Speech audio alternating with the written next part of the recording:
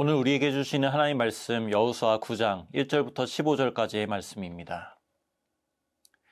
요단강 서쪽의 야산과 평원지대와 지중해 연안에서 레바논에 이르는 곳에 사는 헷사람과 아모리 사람과 가나안 사람과 브리스 사람과 히윗 사람과 여부스 사람의 모든 왕이 이 소식을 듣고 함께 모여서 여호수아와 이스라엘에 맞서서 싸우기로 뜻을 모았다.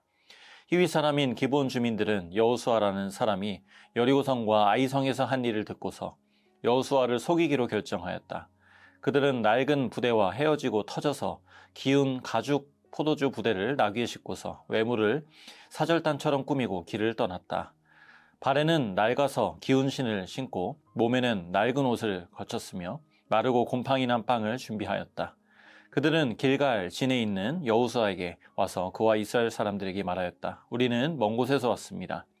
이제 우리와 조약을 맺어 주십시오. 이스라엘 사람들이 이 히윗 사람들에게 말하였다. 당신들은 우리 근처에 사는 듯한데 어떻게 우리가 당신들과 조약을 맺을 수 있겠소? 그들이 여호수아에게 말하였다. 우리를 종으로 삼아 주십시오. 여호수아가 그들에게 물었다. 당신들은 누구이며 어디에서 왔소? 그들이 여호수아에게 대답하였다. 종들은 주 하나님의 명성을 듣고서 아주 먼 곳에서 왔습니다. 우리는 주님께서 이집트에서 하신 모든 일을 들었으며 또 주님께서 요단강 동쪽 아모리 사람의 두 왕, 곧 헤스본 왕 시온과 아스타롯에 있는 바산 왕 옥에게 하신 일을 모두 들었습니다. 그래서 우리 땅에 살고 있는 장로들과 모든 주민이 우리를 이리로 보냈습니다. 우리 기브온 주민은 종이 될 각오가 되어 있다는 것을 말씀드리고 우리와 평화 조약을 맺어달라고 하는 부탁을 하려고 길에서 먹을 양식을 준비해가지고 이렇게 왔습니다. 우리가 가져온 이 빵을 보십시오. 우리가 이리로 오려고 길을 떠나던 날 집에서 이 빵을 살 때만 하더라도 이 빵은 따뜻하였습니다. 그러나 보십시오. 지금은 말랐고 곰팡이가 났습니다. 우리가 포도주를 담은 이 가죽 부대도 본래는 새 것이었습니다. 그런데 보십시오. 낡아서 찢어졌습니다. 우리의 옷과 신도 먼 길을 오는 동안 이렇게 낡아서 헤어졌습니다. 이스라엘 사람들은 어떻게 해야 할지를 주님께 묻지도 않은 채 그들이 가져온 양식을 넘겨받았다. 여호수아는 그들과 화친하여 그들을 살려준다는 조약을 맺고 회중의 지도자들은 그 조약을 지키기로 엄숙히 맹세하였다. 아멘. 이스라엘은 계속해서 승리를 경험하고 있습니다. 인간적인 조건만 보면 이길 수 없는 전쟁이었는데 하나님이 이기게 하셨습니다. 대표적으로 당시 난공불락이었던 여리고성까지 무너뜨렸다는 이 소문이 각지에 퍼져갔죠. 그러자 가나안의 여러 부족은 연합군을 만들어서 이스라엘을 어떻게든 막아보려고 합니다. 2절에 함께 모여서 여호수아와 이스라엘에 맞서서 싸우기로 뜻을 모았다. 자, 여기 뜻을 모았다는 건 절박한 연대를 의미합니다. 평소 사이가 좋지 않았던 부족들도 이번만큼은 뜻을 모으고 힘을 모아야 한다는 운동이 일어났습니다. 근데 오늘 본문에 기브온 주민들이 나타나는데 그들은 다른 길을 선택합니다. 4절입니다. 여호수아를 속이기로 결정하였다. 그들은 낡은 부대와 헤어지고 터져서 기운 가죽 포도주 부대를 나귀에 싣고서 외모를 사절단처럼 꾸미고 길을 떠났다. 자, 기브온 주민들이 낡은 신발을 신고 아주 먼 곳에서 온 사절단처럼 꾸밉니다. 그리고는 여호수아에게 화친을 요청해요. 이스라엘은 그들의 속임수에 넘어갔고 결국 그들과 화친을 맺었다는 것이 이제 본문의 내용입니다. 언뜻 보면 기브온 주민은 옳은 길을 선택한 것처럼 보입니다. 이스라엘 편에 서고 하나님 편에 선 것처럼 보이기 때문입니다. 앞에 여호수아 2장에 라합이 그랬죠. 라합은 이 여리고성에서 기생으로 살던 사람이었습니다. 가나안 땅에서 아주 가장 불쌍한 여인이었어요. 그러던 중에 이스라엘이 가나안 땅에 정탐을 보냈을 때 라합은 자신을 좀 거두어달라고 은혜를 베풀겠다. 그렇게 맹세하고 징표까지 달라고 그렇게 하지 않습니까? 근데 라합하고 기브온 주민의 결정적인 차이가 있습니다. 먼저 라합의 선택은 믿음의 선택이었어요. 히브리서 11장에 보면 믿음으로 라합은 무슨 말입니까? 라합은 하나님을 선택한 거예요.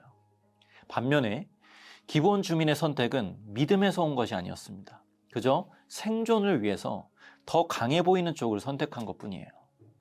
4절에 기브온 주민들이 여호수아를 속이기로 했다고 했는데 이 속이라는 말이 창세기 3장에 보면 이 뱀의 간교함을 표현할 때 쓰였습니다. 그러니까 기브온의 행동 이면에는 하나님을 두려워하지 않고 그저 인간적인 계산으로 움직이는 이 타락한 지혜의 모습의 전형을 보여줍니다. 이스라엘이 당한 것은 단순히 그들의 탁월한 속임수가 먹혔다, 그것이 아니었습니다. 더 근본적인 이유가 있는데요. 14절에 이스라엘 사람들은 어떻게 해야 할지를 주님께 묻지도 않은 채. 자, 문제가 여기 있습니다. 주님께 묻지 않은 채로. 여호수아와 이스라엘 백성들이 한 번이라도 주님께 물었다면, 하나님, 이런 제안이 왔는데 어떻게 하길 원하십니까? 하나님의 뜻이 어디에 있는지를 알려주십시오. 주님께 물었다면 이스라엘은 간교한 속임수에 넘어가지 않았을 거라는 거죠. 왜냐하면 이전부터 하나님의 뜻은 명확했습니다. 신명기 7장에 보면 이방 족속과 화친하지 말라고 하셨어요. 그들과 섞일 경우에 이방신을 섬기게 될 것이고 악한 문화들이 들어올 것이고 그것들은 반드시 유혹이 될 것이기 때문이죠. 근데 이스라엘은 그 뜻을 확인할 생각조차 못한 채 그저 닥친 상황에 대응하면서 그들과 결국 언약을 맺어버린 거예요. 여러분, 믿음의 길은 항상 주님께 묻는 것에서 시작됩니다. 오늘 우리에게도 사탄은 간교하게 다가옵니다. 고린도후서 11장 14절에 사탄은 빛의 천사로 가장한다고 했어요. 광명한 천사로 온다고 했습니다. 기브온 주민보다 더 가증하게 우리 안에 침투해서 영적으로 우리를 흔들고 무너뜨리려고 시도합니다. 여러분, 적을 알고 나를 알면 지피지기면 백전백승이라는 말 많이 들어보셨을 겁니다. 그런데요, 사탄의 전략을 잘 알고 나를 잘 아는 것보다 더 중요한 것은 주님께 묻는 것입니다. 여러분, 지난 며칠 동안 얼마나 하나님의 뜻을 물으셨습니까? 그 결정을 하기 전에, 그 말을 하기 전에, 내 마음이 요동칠 때. 하나님의 뜻을 묻는다는 건요, 하나님만이 나의 지혜이시라는 것을 고백하는 겁니다. 영어 단어 겸손, humility는 땅에서 라는 뜻의 라틴어 humilitas에서 유래되었다고 합니다. 그러니까 겸손은 우리를 흙에 데려다 놓습니다.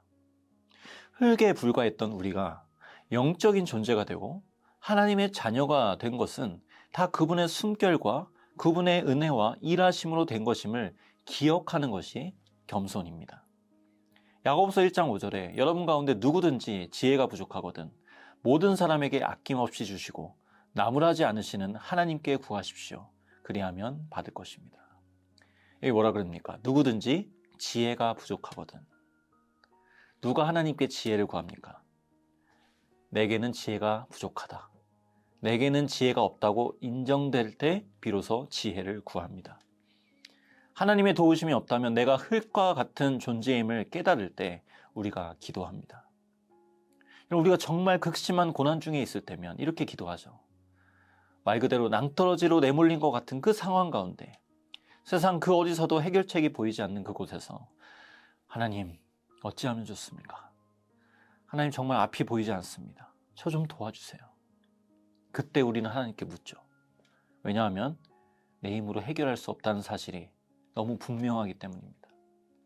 나의 지혜, 경험, 세상의 해결책, 그 무엇도 도움이 되지 않으니까 하나님을 찾는 겁니다. 초기에 이스라엘이 난공불락의 여리고성을 넘어설 수 있었던 이유도 똑같이 여기 있었습니다. 하나님의 뜻을 물었기 때문이에요. 근데 지금 상황이 좋아지자 그들은 지금 묻지 않습니다. 승리가 계속되자 스스로 판단할 수 있다고 착각하는 거죠. 사랑하는 미랄의 성도 여러분, 하나님께 물으면 하나님은 대답하십니다. 우리가 이 아주 심플하고 확실한 이 진리만 붙잡을 수 있다면 우리의 기도는 즐거워질 겁니다. 요즘 많은 분들이 AI의 효능감을 만끽하고 계실 줄 압니다. 질문하면 즉각 답을 줍니다. 돈 더 내면 더 친절하고 자세히 알려줍니다. 한 번은 저도 AI를 잘 활용하고 있는데 이 질문을 쓰면서 문득 이런 생각이 드는 거예요. 정작 하나님께 물어야 할 것을 내가 너무 지금 자연스럽게 이 친구에게 먼저 묻고 있구나. 그래서 바로 인터넷 창을 껐습니다. 그리고 질문의 대상을 바꿨습니다. 하나님, 제 해답이 주님이십니다. 주님이 저의 지혜이십니다. 저에게 응답해 주십시오. 오늘 시대는 빠른 답을 원합니다. 하지만 하나님은요, 우리에게 기다림을 가르치십니다. 유다서 1장 21절에 보면 하나님의 사랑 안에 머무르면서 자기를 지키고 영생으로 인도하는 우리 주 예수 그리스도의 자비를 기다리십시오. 이 기다림은요, 결코 헛된 시간이 아닙니다. 내 영혼이 지켜지고 있는 시간이라고 말씀해요. 하나님의 사랑 안에 머무는 시간이고 영생으로 인도받고 있는 복된 시간이 이 시간이라고 말씀합니다. 사랑하는 여러분, 오늘도 우리는 영적 전쟁의 한가운데서 살아갑니다. 세상을 이기는 힘은 우리에게서 오지 않습니다. 믿음의 대상 되신 주님께서 우리와 함께 하시기 때문에 우리는 승리할 수 있습니다. 이 사실을 믿는다면 우리는 오늘도 주님께 나아갈 것입니다. 사소한 일까지 주님께 물으며 기도하며 나아갈 것입니다. 그때 우리의 지혜 되신 주님이 우리에게 말씀하시고 우리를 가장 안전하고 완전한 길로 이끄실 것을 믿습니다. 함께 기도하겠습니다. 우리의 지혜 되신 하나님, 우리가 이 빠르고 혼잡하고 어려운 세상을 살면서 주님께 묻지 않고 내 스스로 결단하고 선택하고 나아갔던 우리의 연약함을 용서하여 주십시오. 비록 더딜지라도 주님께 물으며 믿음으로 또 주님의 사랑 가운데 잠겨서 영원한 길로 나아가는 저희들 될 수 있도록 우리의 믿음을 붙잡아 주시옵소서. 그 어떤 사소한 일일지라도 어떤 중요한 일을 앞두고 있을지라도 주님 앞에 주님의 뜻이 무엇입니까? 주님이 우리의 해답이십니다. 우리의 길을 지도해 주십시오. 겸손하게 기도하며 나아가는 저희들 되게 하여 주시옵소서. 오늘도 온종일 주님의 지혜와 은혜가 우리 가운데 함께 하시길 간절히 소망하며 예수 그리스도의 이름으로 기도드립니다. 아멘.